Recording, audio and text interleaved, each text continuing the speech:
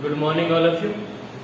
Myself Sanjay Sharma, clinical instructor in Meera medical institute. मैं आप सभी का मीरा मेडिकल के फेसबुक पेज पर आप सभी का हार्दिक अभिनंदन करता हूं और आज मैं आशा करता हूं कि आप सभी घर पर स्वस्थ हैं।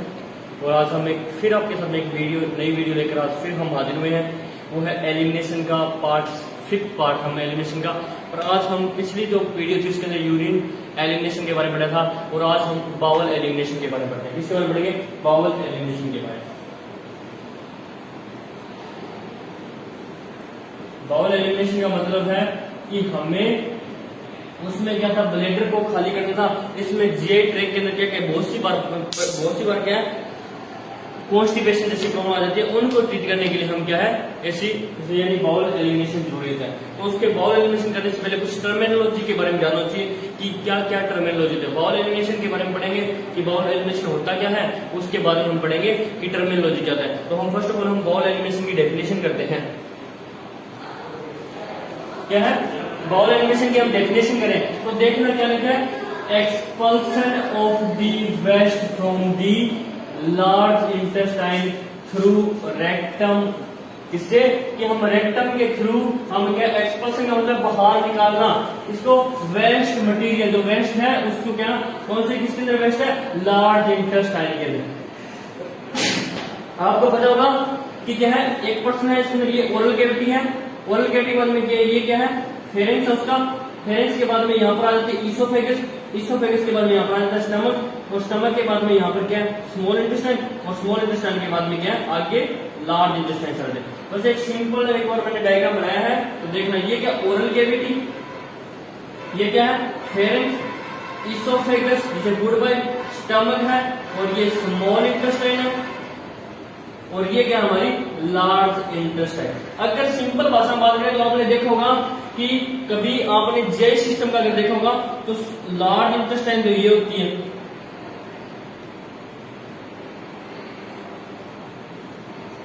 और इसी के साथ में यहाँ पर क्या, कौन सी, स्मॉल इंटेस्टाइन। स्मॉल इंटेस्टाइन के यहाँ पर क्या अंदर गुच्छा सा बना होता है, यानी इसके बीच में स्मॉल इंटेस्टाइन होती है। और यहाँ पर क्या, यहीं पर क्या स्टमक स्टार्ट होता है और स्टमक के बाद ईसोफेगस। ऐसा कुछ डायग्राम आपने देखा होगा, ऐसा कुछ डायग्राम आपने देखा होगा, ऐसा डायग्राम आपने देखा होगा।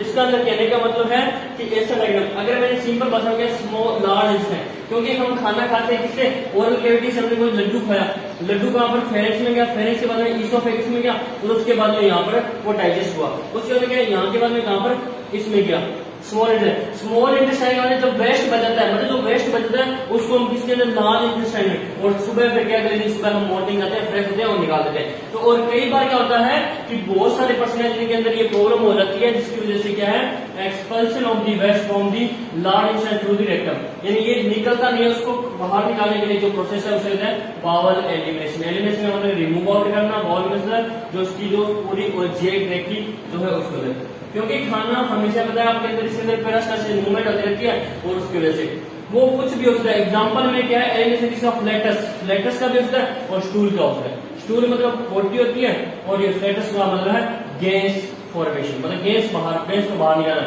ये क्या होती है। ठीक है, स्टूल और पोटिस थीसिस। ठीक है, इसलिए ये क्या है, बाउल एलिमिनेशन। ये था आपका।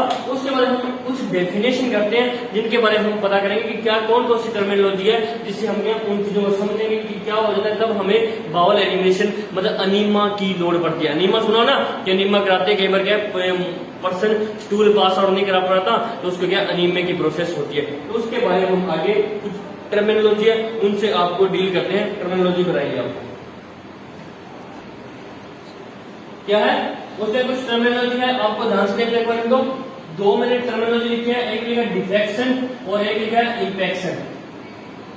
डिफेक्शन क्या होता है, normal act of passing to the stool, मतलब जो पोटी है, फीसिस है, उसको नॉर्मल एक्ट के अंदर पास करना। मतलब कि हमने खाना खाया और एक दिन सुबह हमने फ्रेश हो गए तो वो तो क्या है डिफेक्शन, मतलब नॉर्मल प्रोसेस को क्या बोलते हैं, डिफेक्शन।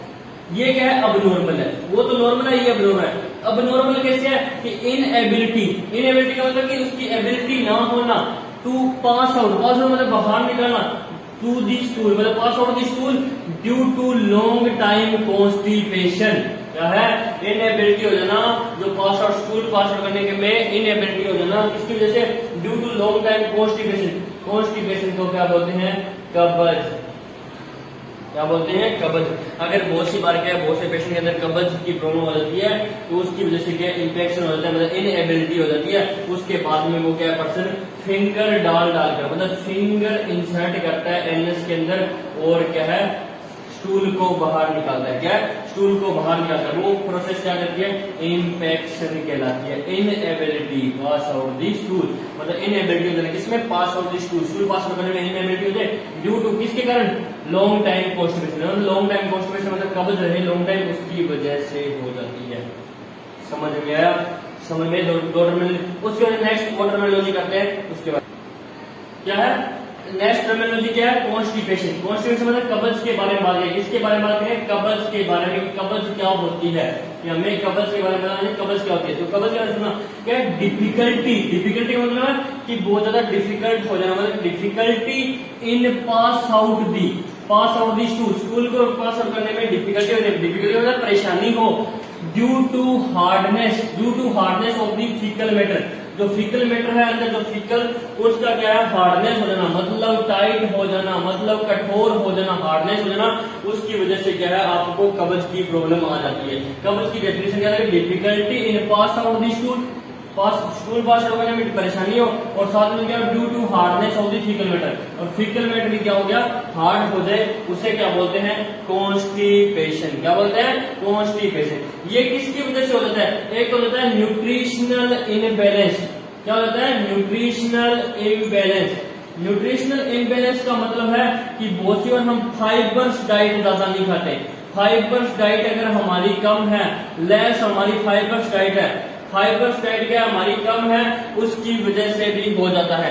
फाइबर्स डाइट का मतलब है क्या? फाइबर्स डाइट का मतलब है कि हम बहुत सी बार क्या सैलेड होते हैं ना, सैलेड के अंदर बहुत ज्यादा फाइबर होता है। सैलेड के अंदर बहुत ज्यादा फाइबर होता है और हम बहुत सी बार क्या जो बहुत से लोग क्या सैलेड कम खाते हैं और जिसकी वजह से क्या कॉन्स्टिपेशन होने की संभावना रहती है। या लो इनटेक ऑफ वाटर, मतलब बहुत सारे पर्सन पानी भी कम पीते हैं, उसकी वजह से भी क्या आपको ऐसी प्रॉब्लम देखने को मिल सकती है। उसके बाद में क्या है? नेक्स्ट क्या है? एक हो गया फर्स्ट क्या हो गया? न्यूट्रिशनल इम्बैलेंस हो गया और उसमें क्या है कि लेस फाइबर डाइट कम खाते हैं, या लो इनटेक ऑफ वाटर या लो इनटेक ऑफ फाइबर डाइट, मतलब दोनों चीजों की कमी हो जाना उसकी वजह से भी हो जाता है। उसके बाद जो थर्ड कोज है उसके बारे में, सेकंड कोज है, पहला तो क्या न्यूट्रिशनल इम्बैलेंस और उसके बाद में नेक्स्ट कोज के बारे में बताते हैं आपको। नेक्स्ट कोज क्या है? नेक्स्ट कोज है आपका बेड रिडन पेशेंट। क्या है? Bed ridden patient. क्या है? Bed ridden patient. सेकंड क्या है? Bed ridden patient. Bed ridden patient का मतलब है कि बहुत सारे पेशेंट के बेड के ऊपर लेटे रहते हैं, सारा दिन बेड के ऊपर लेटे रहते हैं, कोई एक्टिविटीज नहीं परफॉर्म करते, उसकी वजह से क्या है उनको परेशानी का सामना करना पड़ता है कि उनको कॉन्स्टिपेशन हो सकती है। उसके बाद क्या? Spasm of muscles. मसल्स मत कह रहे हैं मतलब स्पाज्म ऑफ मसल की स्पाज्म हो जाए। स्पाज्म का मतलब है pain plus inflammation. Pain plus inflammation क्या कहता है? स्पाज्म कहता है। ये दोनों कंडीशन एक साथ में हो जाए ना मसल्स के अंदर, तो उसकी वजह से भी क्या है कॉन्स्टिपेशन जैसी प्रॉब्लम आ सकती है। उसके बाद में क्या? Drugs and medication. Fourth number क्या? Drugs and medication. बहुत सारी ऐसी ड्रग्स है यानी मेडिकेशन दवाइयां, ऐसी बहुत सारी ऐसी दवाइयां हैं जिनकी वजह से क्या है हमें कॉन्स्टिपेशन हो सकता है। बहुत सारी ऐसी दवाइयां जिनकी वजह से हमें क्या कॉन्स्टिपेशन हो सकता है। जैसे एग्जाम्पल के रूप में ध्यान रखना मोरफिन और कोडीन, जो क्या है आपके किसके यूज में? कफ सिरप के यूज में आती है। यानी ये मोरफिन और ये क्या है? कफ सिरप होती है। क्या होती है? कफ सिरप होती है। इनको अगर कई बार देते हैं तो ही पेशेंट के अंदर क्या है आपका ऐसी प्रॉब्लम आ सकती है। क्या है? ऐसी प्रॉब्लम आ सकती है। मतलब बेड रिडन पेशेंट हो गया, स्पाज्म ऑफ मसल हो गया। स्पाज्म का मतलब रहता है पेन एंड इन्फ्लेमेशन। ड्रग्स और मेडिकेशन, ड्रग्स में कौन सी? मोरफिन या कोडीन ड्रग्स लेते हैं उनकी वजह से। उसके बाद अगर और नेक्स्ट उससे पहले मैंने एक फर्स्ट बताया था कौन सा? Nutritional imbalance. क्या होता था? Nutritional imbalance. और उसके बाद नेक्स्ट है जो वो क्या है? स्ट्रेस और एंजाइटी। क्या? स्ट्रेस और एंजाइटी। अगर आपको स्ट्रेस होएगा, एंजाइटी रहेगी, घबराहट सी रहेगी, तो उस कंडीशन के अंदर भी आपको क्या है, कॉन्स्टिपेशन जैसी प्रॉब्लम आ सकती है, मतलब उसमें भी कॉन्स्टिपेशन जैसी प्रॉब्लम आ सकती है। ये कुछ थे कोज। उसके बारे में हम बात करते हैं आगे कि टाइप्स ऑफ कॉन्स्टिपेशन, मतलब कौन कौन से टाइप्स की कॉन्स्टिपेशन हो जाती है। एक बार कोज को फिर से देख लें, nutrition imbalance, bed ridden patient, spasm of muscle, drugs and medication, stress और एंजाइटी। उसके बाद हम बात करते हैं टाइप्स ऑफ कॉन्स्टिपेशन। क्या है टाइप्स ऑफ कॉन्स्टिपेशन, एक बार इस पर ध्यान जरूर देना। Types of constipation, types of constipation में क्या है, फर्स्ट है प्राइमरी कॉन्स्टिपेशन, ध्यान देना। फर्स्ट क्या है, प्राइमरी कॉन्स्टिपेशन। दूसरा है सेकेंडरी कॉन्स्टिपेशन। थर्ड है एटोनिक कॉन्स्टिपेशन। और फोर्थ नंबर है स्पास्टिक कॉन्स्टिपेशन, स्पास्टिक। उसका फिफ्थ नंबर है साइकोलॉजिकल कॉन्स्टिपेशन, उसके बाद है एट्रोजेनिक कॉन्स्टिपेशन। समझ में आया आपको? कितने कॉन्स्टिपेशन बताए मैंने? 6 टाइप बताए हैं। First primary, secondary, atonic, spastic, psychological और एट्रोजेनिक। अब इनके बारे में बताऊंगा कि भी क्या क्या होता है, प्राइमरी क्या होता है, सेकेंडरी क्या होता है, कॉन्स्टिट्यूशन, सभी के बारे में मैं एक एक के बारे में, इनके बारे में थोड़ा सुनना। इसी के साथ में वीडियो के साथ साथ में आपको मैं बताऊंगा कि क्या होता है। फर्स्ट का सुनना, जो कॉन्स्टिपेशन बताया ना मैंने, प्राइमरी कॉन्स्टिपेशन, ये न्यूट्रिशनल इम्बैलेंस की वजह से होता है। किसकी वजह से होता है? थोड़ा सा सुनना मेरे साथियों, थोड़ा सा ध्यान से लिख रहा हूँ, बढ़िया तरीके से आपके लिए मैंने बढ़िया तरीके से लिख रहा हूँ, देखना किसकी वजह से। Nutritional imbalance. न्यूट्रिशनल इम्बैलेंस का मैंने अभी बताया था, क्या बताया था कि लो इनटेक ऑफ फाइबर डाइट या वाटर इनटेक, या लो इनटेक ऑफ वाटर। अगर पानी कम पीते हैं, अगर डाइट के अंदर हमने फाइबर डाइट कम ली है, उसकी वजह से होने वाला जो कॉन्स्टिपेशन है वो कौन सा कॉन्स्टिपेशन कहलाता है? प्राइमरी कॉन्स्टिपेशन कहलाता है। कौन सा? Primary constipation. एक बार ध्यान से देख लें, इस मेरे वीडियो को ध्यान से देख लें, मैंने लिखा है न्यूट्रिशनल इम्बैलेंस लिखा है, और उसमें भी कौन क्या लिखा है? लो इनटेक ऑफ फाइबर डाइट, कि फाइबर डाइट कम लो, या लो इनटेक ऑफ वाटर, उसकी वजह से। दूसरा, पहला समझ में आया कि मेरे साथियों, मेरे को लगता है कि जितने बच्चे इस वीडियो को देख रहे हैं ना, उन सभी को अच्छा समझ में आ रहा होगा, बहुत अच्छा। इतना ध्यान से आराम से बता रहा हूँ बोर्ड का यूज करके, इसलिए इस वीडियो पर लाइक, कमेंट और शेयर करना ना भूले, क्योंकि आपके लाइक से मुझे एक एनर्जी मिलती है, जिससे मैं नेक्स्ट वीडियो करने के लिए मैं आपके सामने हाजिर होता हूँ। अगर आप लाइक नहीं करोगे, कमेंट नहीं करोगे, तो मेरे को एनर्जी नहीं मिलेगी, मेरे अंदर सुस्ती सी आ जाएगी, फिर मैं आपके लिए अच्छी वीडियो नहीं लेकर आऊंगा। पर मैं अपनी पूरी एनर्जी के साथ आपके सामने एक वीडियो हाजिर लेके आऊँ। उसके बाद सुनना सेकेंडरी है किसी डिसीज कंडीशन के कारण। क्या है? कई बार, बहुत सी बार कहते हैं कोई ऐसी डिसीज कंडीशन हो जाती है, उसके बाद में 5-7 दिन डिसीज कंडीशन रहती है, और 5-7 दिन में आप डॉक्टर को कहते हैं, डॉक्टर साहब मेरे को तो ना कब्ज हो गई, खाता तो मैं बहुत हूँ पर मेरे को क्या है, डेफिकेशन, मतलब जब मैं फ्रेश होने के लिए जाता हूँ तो कुछ नहीं आता, कोई रिस्पॉन्स नहीं है, तो वो कौन सा होता है? Secondary constipation. उसे कौन सा बोलेंगे? Secondary constipation. वो किस वजह से? डिसीज कंडीशन की। उसके बाद एटोनिक कॉन्स्टिपेशन। कौन सा था? एटोनिक। पहले थोड़ा सा यहाँ पर सुनना, टोन का मतलब है मूवमेंट। क्या है? टोन का मतलब है मसल्स की मूवमेंट। किसकी मूवमेंट? मसल्स की मूवमेंट। टोन का मतलब है मसल्स की मूवमेंट। अब आगे कौन सा वर्ड लग गया? ए वर्ड लग गया। ए का मतलब है एब्सेंस। एब्सेंस क्या? टोन किसे बोलते हैं? Muscles movement. जब कभी मसल मूवमेंट कम हो जाए, मसल मूवमेंट, क्योंकि आपको पता है ना, खाना आगे धकेलते हैं, जैसे हमने लड्डू खाया, गले में गया, गले से आगे चला जाता है, तो उसके लिए कौन सी मसल्स यानी पेरास्टालसिस मूवमेंट होती है, वो हेल्प करती हैं। अगर वो मूवमेंट कम हो जाए, मतलब एटोनिक का मतलब है टोन ही बंद हो जाए, उसे कौन सा बोलते हैं? Atonic constipation. कौन सा बोलते हैं? एटोनिक कॉन्स्टिपेशन बोलते हैं। तो हम क्या लिख सकते हैं इसके अंदर? डिक्रीज दी, क्या लिख सकते हैं? Decrease the muscle tone. Muscle की जो टोन है वो डिक्रीज हो जाना क्या कहलाता है? कौन सा कॉन्स्टिपेशन कहलाता है? Atonic constipation. मेरे साथियों तीनों समझ में आ रहे हैं, बढ़िया तरीके से समझ में आ रहे होंगे आपको। मैंने आराम से बता रहा हूं आपको, डिक्रीज दी मसल। उसके बाद में अगला नेक्स्ट देखना स्पास्टिक कॉन्स्टिपेशन।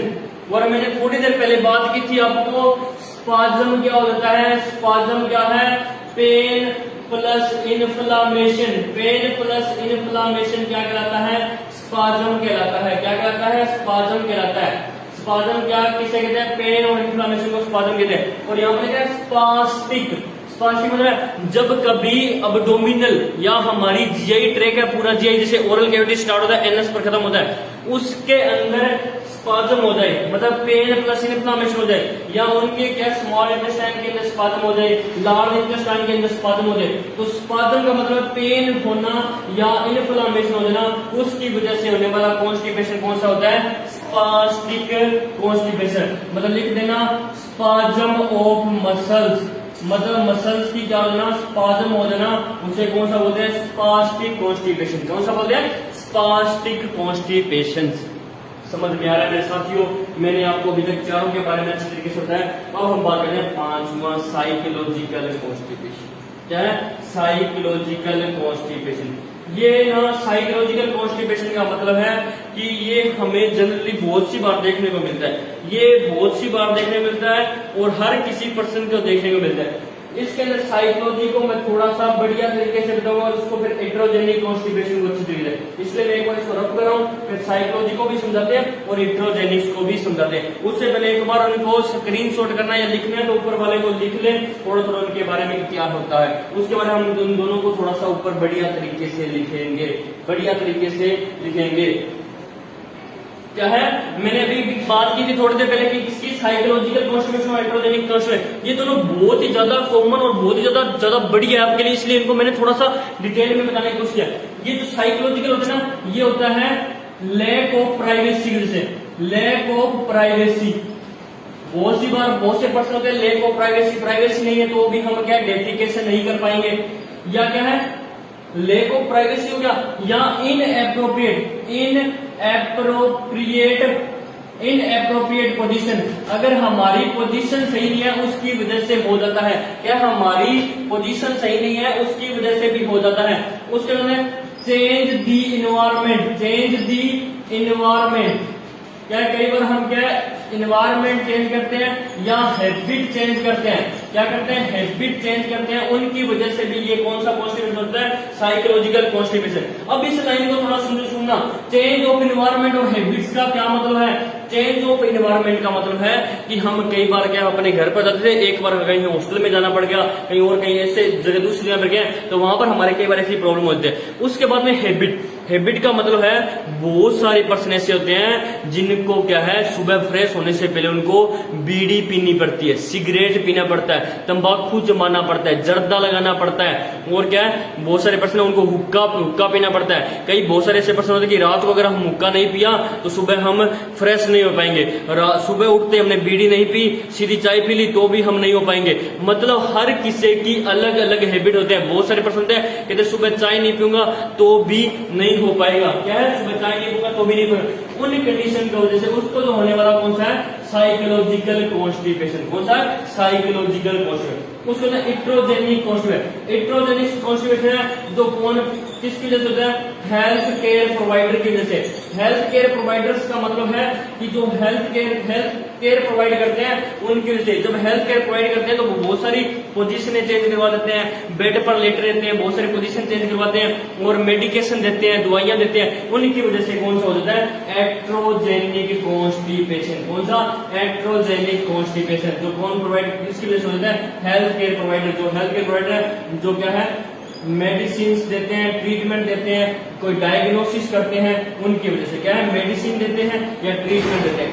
ट्रीटमेंट की वजह से प्लस डायग्नोसिस की वजह से, बहुत सारे डायग्नोसिस उनके कारण से भी क्या है ऐसी प्रॉब्लम आ जाए, वो कौन सा है? हेटेरोजेनिक कॉन्स्टिपेशन। और ये होता है साइकोलॉजिकल कॉन्स्टिपेशन। इसके साथ में क्या है हमारे 6 टाइप के वो कंप्लीट होते हैं। अब हम थोड़ा सा करते हैं नर्सिंग मैनेजमेंट। क्या करते हैं? Nursing management of constipation. उसके बारे में बात करें कैसे नर्सिंग मैनेजमेंट ऑफ कॉन्स्टिपेशन क्या है? Nursing management of constipation. क्या है? नर्सिंग मैनेजमेंट किसका? कॉन्स्टिपेशन का। ध्यान से सुनना मेरे साथियों, नर्सिंग मैनेजमेंट करें किसका करें? कॉन्स्टिपेशन का करें, कॉन्स्टिपेशन का नर्सिंग। तो हमें क्या करना है? Provide privacy. अगर किसी को प्राइवेसी से है तो हमें फर्स्ट ऑफ ऑल क्या करना पड़ेगा? प्राइवेसी प्रोवाइड करनी पड़ेगी। मतलब उसकी क्या है, जो यहाँ पर जो डेफिकेशन है उसके लिए हमें खाली जगह नहीं होनी चाहिए, मतलब कोई वॉशरूम होना चाहिए जिसके अंदर हम उसको क्या है? प्राइवेसी दे दें। उसके क्या है? Provide appropriate position. Appropriate position का मतलब उसको पोजीशन देनी है। जैसे एग्जांपल के रूप में आपको पता होगा स्क्वेटिंग पोजीशन। स्क्वेटिंग पोजीशन का मतलब है अकड़ू बैठना। जैसे हम टॉयलेट के अंदर बैठते हैं ना, तो वैसी पोजीशन देनी है। वो भी क्या? अकड़ू पोजीशन, मतलब स्क्वेटिंग पोजीशन। कौन सी पोजीशन है? Squatting position. जैसे अकड़ू बोलते हैं, जैसे ऐसे पेशेंट बैठता है ना जी शेप का, उसे कौन सी बोलते हैं? Squatting position. क्या है? Squatting position. इसकी वजह से क्या है? स्क्वेटिंग पोजीशन में बैठेगा तो उसके एब्डोमिनल कैविटी पर क्या है? थोड़ा प्रेशर लगेगा, जिसकी वजह से क्या वो यानी फ्रेश होने में दिक्कत है। उसको provide high fibre diet. High fibre diet का मतलब है उसे सैलेड ज्यादा प्रोवाइड करना है। क्या है? सैलेड ज्यादा देने हैं। क्या देना है? सैलेड मतलब सलाद ज्यादा देना है। हाई फाइबर डाइट देनी है।